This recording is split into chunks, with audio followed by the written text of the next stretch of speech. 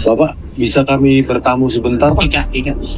Pak Jokowi bolak-balik bimbingan skripsi. Bapak kan Itu yang salah. Iya. Agar harga-harga punya petani jadi naik, tidak perlu jauh ke pasar. Ternyata bukan itu. Ternyata untuk melayani logistik tambang di Raja Ampat gitu. Kenapa dibangun Trans Papua? Melakukan tindakan apabila perlu adalah tindakan 98 yang kedua. Oh.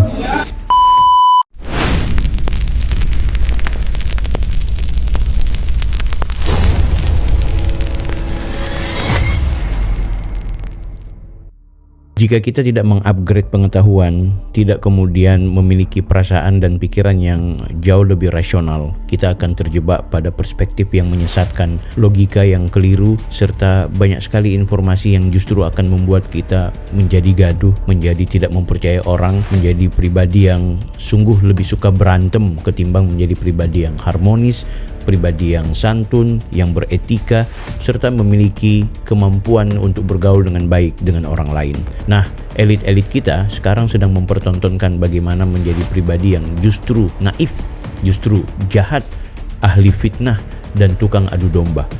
Aku melihatnya seperti itu. Tidak perlu banyak-banyak dan tidak perlu jauh-jauh. Aku mau mengajak kepada teman-teman. Di video ini aku mau tunjukkan ada dua orang tokoh sentral yang hari ini sedang viral, yang selalu tampil di media sosial. Rizmon Sianipar dan juga Ahmad Khozinuddin. Dua-duanya kehilangan adab, kehilangan etika, kehilangan kesantunan. Bahkan menurutku kini menjadi ahli gibah dan ahli fitnah. Dengan dalih atas nama hukum, atas nama penelitian, atas nama keilmiahan. Padahal apa yang mereka sajikan di ruang-ruang publik adalah sesuatu yang justru membuat kita gaduh, membuat kita semakin mosi tak percaya kepada orang lain, membuat kita seolah-olah diajak untuk kritis, padahal jalan yang mereka lakukan adalah fitnah. Apa yang mereka lakukan bukanlah sesuatu yang dianggap akademik, yang justru mereka lakukan adalah sebuah tindakan untuk menggemboskan, menghina, memfitnah, menjatuhkan harga diri dan martabat seseorang. Dua video yang aku sampilkan kepada kalian. Pertama adalah soal bagaimana kehilangan adabnya Rizmon Sianipar. Dia datang ke rumahnya Pak Kasmujo untuk kemudian memaksa bertamu, wawancara, dan juga meminta agar Pak Kasmujo jujur memberikan keterangan yang sebenar-benarnya terkait apakah benar ia adalah pembimbing skripsi Jokowi, baik pembimbing skripsi maupun pembimbing akademik. Tentu jawabannya Pak Kasmujo sudah kita tahu bersama adalah dia bukan pembimbing, dia mengatakan itu salah. Apapun yang terjadi pada tahun 2017 ketika Pak Jokowi mengajak Pak Kasmujo untuk tampil ke depan, itu semuanya keliru. Oke, kita akan bahas itu dan mungkin di satu sisi ada benarnya dan di satu sisi perlu juga kita lihat aspek psikologi dan juga aspek kesejarahannya. Video yang kedua guys, aku mau tampilkan bagaimana keterangan seorang Ahmad Khozinuddin yang membuat informasi yang miring, disinformasi, bahkan kategorinya fitnah ketika dia kemudian menyampaikan bahwa Trans Papua yang dibangun oleh Pak Jokowi itu ternyata untuk kepentingan pertambangan yang ada di Raja Ampat. Wow, sungguh ini adalah fitnah, informasi yang sangat-sangat tidak beralasan, mengada-ada, dan teorinya cocok logi. Kita bahas.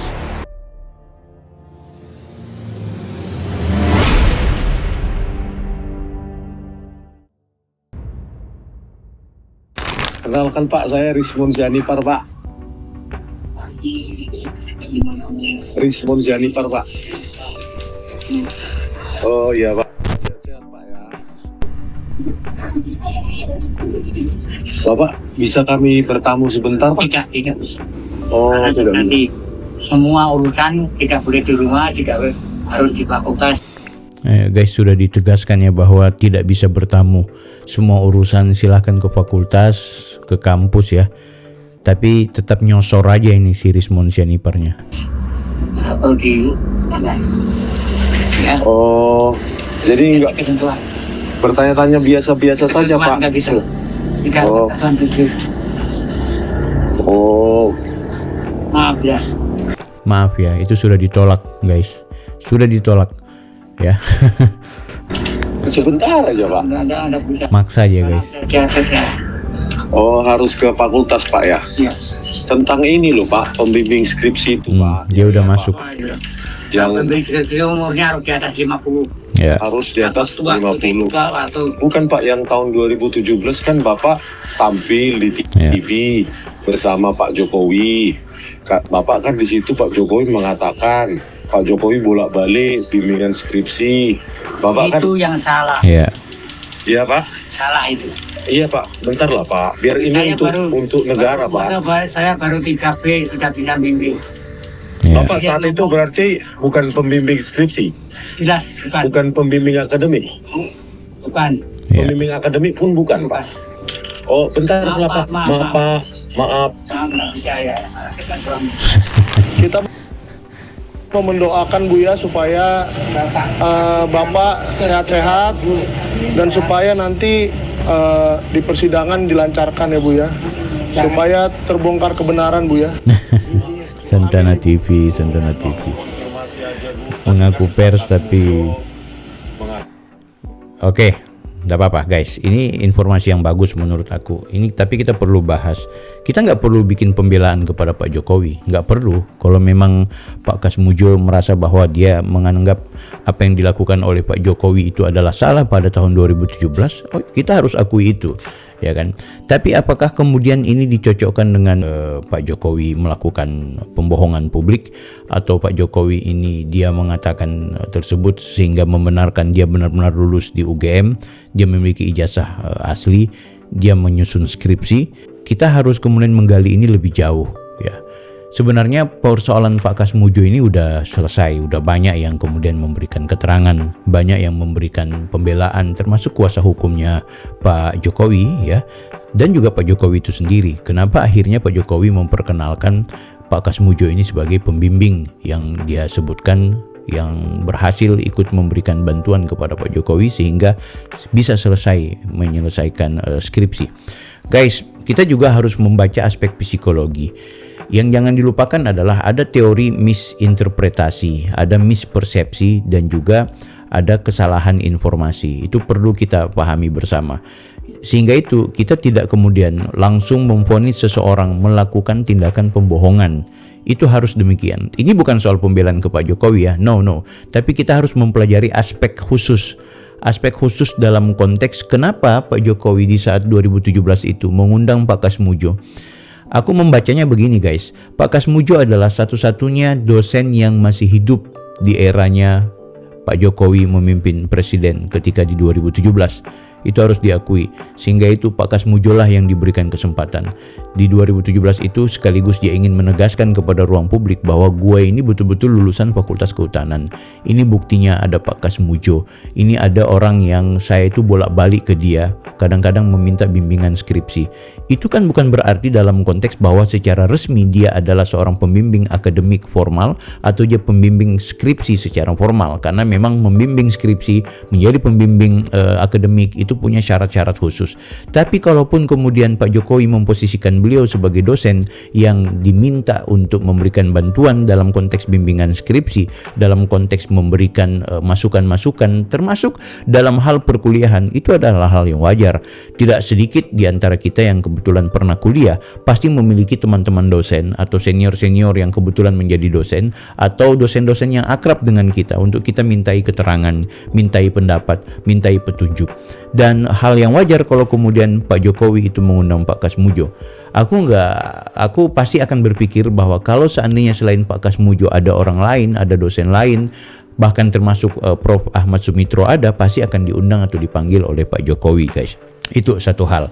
Tapi benar, Pak Kasmujo di usianya yang sudah rentan, dia nampaknya mengalami shock. Biar bagaimanapun dia agak ketakutan kenapa justru kisru ijazah ini seolah-olah Pak Jokowi itu ada ijazah palsu. Kan tentu Pak Kasmujo tidak ada urusannya dengan ijazah.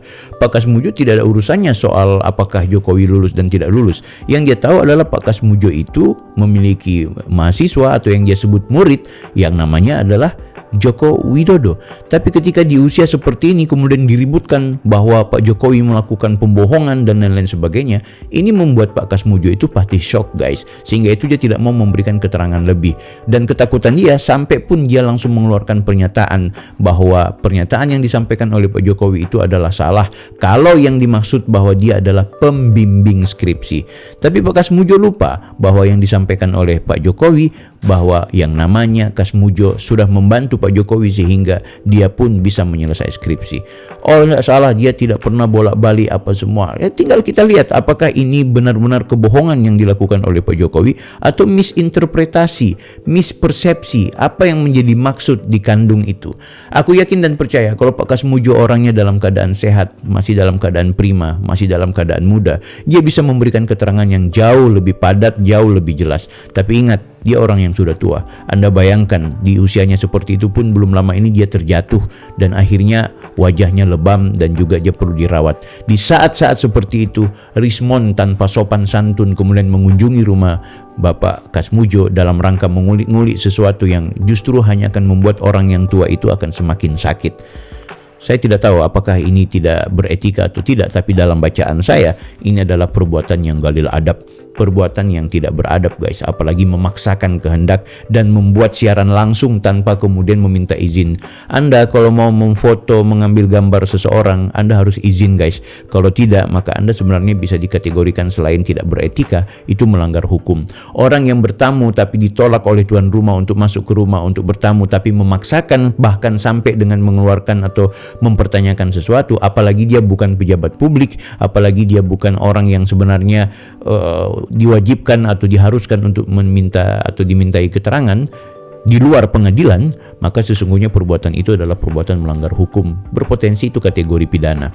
Guys, aku tidak bisa kemudian membenarkan apa yang dilakukan oleh Pak Jokowi, tapi juga aku tidak bisa membenarkan apa yang dilakukan oleh Rismond Sianipar, yang seharusnya dia mengontrol dirinya sendiri. Bagaimana dengan ijazahnya? Bagaimana dengan tesis dan juga disertasinya yang ada di S2 dan S3 Jepang? Itu yang sebenarnya jauh lebih bermasalah dan perlu kita ulik ketimbang Pak Kasmujo dan juga Pak Jokowi. Oh, Rismond Sianipar bukan pejabat. Ya, tapi hari ini dia mengambil keuntungan dengan menyebut bahwa dia lulusan Jepang, dia mendapat keuntungan sebagai saksi ahli di saat kasus Mirna, mendapat perhatian publik, dan mengambil keuntungan-keuntungan termasuk mendapat gaji dosen karena dengan kekuatan basis dia sudah melakukan penyetaraan yang katanya sertifikasi dosen itu dia diberikan gaji oleh negara, sehingga dalam konteks itu maka Rismond Sianipar dapat dikategorikan sudah melakukan pembohongan yang kemudian menguntungkan diri sendiri guys. Dan itu potensi pidana, kecuali dia bisa klarifikasi dan dia bisa membuat Yamaguchi bersaksi bahwa dia benar-benar lulus di kampus tersebut. Oke, nah kali ini ada video yang lain guys ya. Kita sepakati dulu Rismond Sianipar ini galil adab, dan kita tentu akan sepakat juga apa yang disampaikan oleh Pak Kasmujo itu adalah sesuatu yang menjadi informasi menarik. Tapi apakah langsung kita vonis Pak Jokowi Pinocchio, Pak Jokowi adalah orang yang berbohong? Ini juga harus kita lawan, sebab biar bagaimanapun ada teori seseorang memberikan keterangan yang tidak berniat berbohong, tapi kemudian keterangan itu tidak sesuai, tidak selamanya itu adalah kebohongan, melainkan itu adalah misinterpretasi, mispersepsi, dan juga misinformasi. Aku pikir seperti itu. Sekarang ayo kita tonton ada satu video yang menurutku menarik, bagaimana seorang Ahmad Khozinuddin yang memfitnah Pak Jokowi membangun Papua untuk kepentingan Raja Ampat pertambangan. Ketika dibangun jalan Trans Papua, oh ini untuk memotong jalur distribusi barang dan jasa agar harga-harga punya petani jadi naik, tidak perlu jauh ke pasar. Ternyata bukan itu. Ternyata Betul. untuk melayani logistik tambang di Raja Ampat gitu. Kan itu melayani oligarki. Guys, ya oke. Memang benar-benar Ahmad Khozinuddin ini sudah melampaui batas guys. Ya, apakah benar Trans Papua dibuat untuk kepentingan pertambangan, oligarki? Oke. Sebelum saya mau menjawab, kita akan dengarkan dan juga kita ikuti video berikut ini. Bapak Jokowi, jalan yang hari itu kuperintahkan lu bangun tuh Trans Papua itu. Sekarang ini mobil-mobil sudah lewat kah? Ya meskipun adat Beppu kurang-kurang, tapi paling tidak sudah jalan tuh. Sekarang ini mobil-mobil sudah dari Jayapura ke Wamena. Aduh, tong kangen bapakku sekali. Bapak kok ingat kah anak-anak kecil-kecil di pedalaman yang dulu bapak kok gendong dorang itu? Sekarang udah besar-besar, udah sekolah, meskipun ada kurang-kurang tapi biasa itu. Terima kasih Bapak kok datang dari presiden pertama Bapak sampai pas Bapak Jokowi kok jadi presiden, baru kita bisa lihat keadilan sosial bagi seluruh rakyat itu di pemuka. Selama ini kan keadilan sosial itu hanya pengharum bunga bangsa di acara 17 Agustus. Luar biasa. Setelah Bapak kok jadi presiden, baru tong kenal dia. Meskipun tidak sempurna sih, paling tidak Bapak kok yang berani membuat gebrakan itu. Terima kasih Bapak Jokowi. Ya, menarik guys ya. Jadi fitnahnya Ahmad Khozinuddin itu tidak perlu kita berikan keterangan atau apapun. Ya kita jawab aja dengan keberanian anak-anak Papua yang mau memberikan ucapan terima kasih kepada Pak Jokowi terkait Trans Papua ini yang benar-benar sangat bermanfaat dan sangat berguna untuk kepentingan kehidupan ekonomi mereka. Kan gitu. Tapi apakah benar-benar itu hanya untuk Raja Ampat? Ya, Anda bisa tonton video tadi. Atau kita dengarkan bagaimana kemudian Pak Jokowi memberikan keterangan kenapa dia akhirnya membangun Trans Papua. Terserah orang mau bilang ini berbohong atau tidak. Ini guys ya, kita lihat videonya. Kenapa dibangun Trans Papua? 3 tahun yang lalu saya ke Wamena. Saya tanya kepada masyarakat, berapa harga bensin di Wamena? Rakyat mengatakan pada saya di Wamena, harga bensin di sini Pak 60.000. Kadang-kadang kalau pas cuaca nggak baik bisa jadi 100.000. Di Jawa 6.450. Saat itu juga saya perintahkan kepada Menteri, saya mau bensin di sini harganya sama dengan di Jawa. Bayangkan di Jawa kalau naik 500 perak saja demonya 4 bulan. Di sini naik 1.000 perak saja demonya sampai 6 bulan. Saudara-saudara kita yang di Wamena, yang di Pegunungan Tengah, harga 60.000 diem bertahun-tahun. Itu. Jadi Bang Ahmad Khozinuddin, cobalah sebelum Anda membuat framing jahat terkait Pak Jokowi, sebisa mungkin Anda juga mengontrol. Jangan sampai Anda akhirnya jatuh di fitnah. Kita tahu bersama guys, yang namanya Papua sudah cukup lawas. Di hampir semua presiden tidak memiliki kemampuan membangun infrastruktur secara maksimal. Di era Pak Jokowi semua itu terjadi. Oke, karena kebetulan ada kegiatan tambang di Raja Ampat. Yang jangan dilupakan, Raja Ampat itu jauh loh ya. Jauh dari misalnya seperti di Sorong ya. Itu berbeda-beda daerah, dan menurutku kalau kemudian dipaksakan bahwa Trans Papua itu dibuat untuk kepentingan tambang, ini adalah sebuah kejahatan guys. Sangat jahat. Ya kita tanya ke rakyat sana, apakah Trans Papua itu bermanfaat atau tidak, ya kan? Nah, jadi memaksakan bahwa kalaupun kemudian Trans Papua bermanfaat untuk pembangunan, pertambangan, dan lain-lain sebagainya, yaitu bagian dari satu kesatuan gitu. Tapi bukan itu tujuan utamanya. Dan yang jangan dilupakan, Pak Jokowi itu dalam keterangan persnya terakhir bahwa yang berkaitan dengan pertambangan di Papua itu adalah itu urusan teknis, dan urusan teknis itu milik kementerian. Jadi tidak selamanya kemudian adalah presiden yang menandatanganinya gitu. Bahwa secara kepres sudah dilakukan, itu presiden yang mana? Yaitu dari Megawati ke SBY. Ya Jokowi silakan melanjutkan. Persoalan teknisnya adalah ada di kementerian. Dan yang jangan dilupakan, justru Jokowi adalah presiden yang satu-satunya berhasil mengkapitalisasi secara maksimal pertambangan-pertambangan, menghilirisasi semua perusahaan-perusahaan asing yang ada di Indonesia yang kemudian direbut kembali oleh pemerintah Republik Indonesia. Itu satu hal yang jangan dilupakan. Kenapa Ahmad Khozinuddin tidak mau berpikir hal yang seperti itu? Karena memang dalam hati dan dalam agenda gerakan dia adalah gerakan menghancurkan Pak Jokowi bersama keluarganya. Oke guys, kali ini kita akan dengarkan bagaimana kemudian agenda besar mereka untuk menjatuhkan tidak hanya Pak Jokowi, bahkan sudah ingin menghancurkan rejim Prabowo. Membuat 98 akan terjadi lagi. Kita dengarkan keterangan ini. Itu yang harus kita lakukan. Karena semua yang ada saat ini tidak bisa kita harapkan. Jadi kita harus melakukan langkah besar, melakukan persiapan diri, menjahit kekuatan untuk merobohkan pemerintahan ini. Wow. Setuju nggak? Setuju nggak? Setuju gitu ya. Nah, baru kita tata Berkali-kali kita membuat suatu deklarasi, diabaikan, dianggap angin lalu. Tapi kalau kita bisa menggalang kekuatan, kita duduk MPR, baru bergetar mereka semuanya. Menyiapkan kekuatan, menggalang kekuatan, menjahit kekuatan, untuk bersama-sama melakukan tindakan apabila perlu adalah tindakan 98 yang kedua. Wow. Jelas ya guys ya. Jadi mereka ini, kelompok-kelompok mereka jelaslah sudah agendanya adalah menghancurkan rejim Prabowo Gibran. Bukan cuma Pak Jokowi dan Gibran, Pak Prabowo juga. Luar biasa. Silakan Anda nilai sendiri guys. Yang jelas orang-orang seperti mereka akan tetap menjadi pribadi yang anti kepada Pak Jokowi, dan kita harus mawas diri, waspada, jangan sampai kemudian terjebak pada pikiran-pikiran picik mereka yang selalu mencocok logikan, oh ini begini maka begitu, oh ini begitu maka begini. Hati-hati.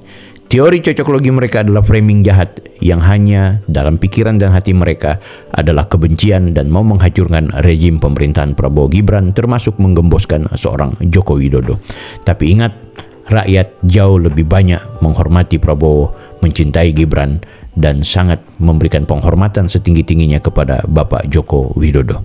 Kita bertemu di video berikutnya. Jangan lupa like, comment, and subscribe. Saya Bang Bill, Offside.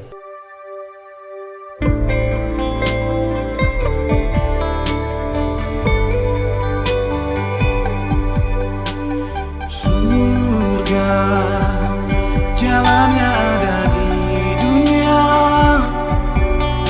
Setelah meninggal dunia tak ada lagi kesempatan untuk bertakwa. La ilaha illallah, lafaz penghuni surga. Firdaus adna ima wa darussalam muqamamu qamun amin khuldi, golongan orang surga. Membaca Al-Quran, menjaga lisan, memberi makan orang lapar, dan puasa di bulan Ramadan.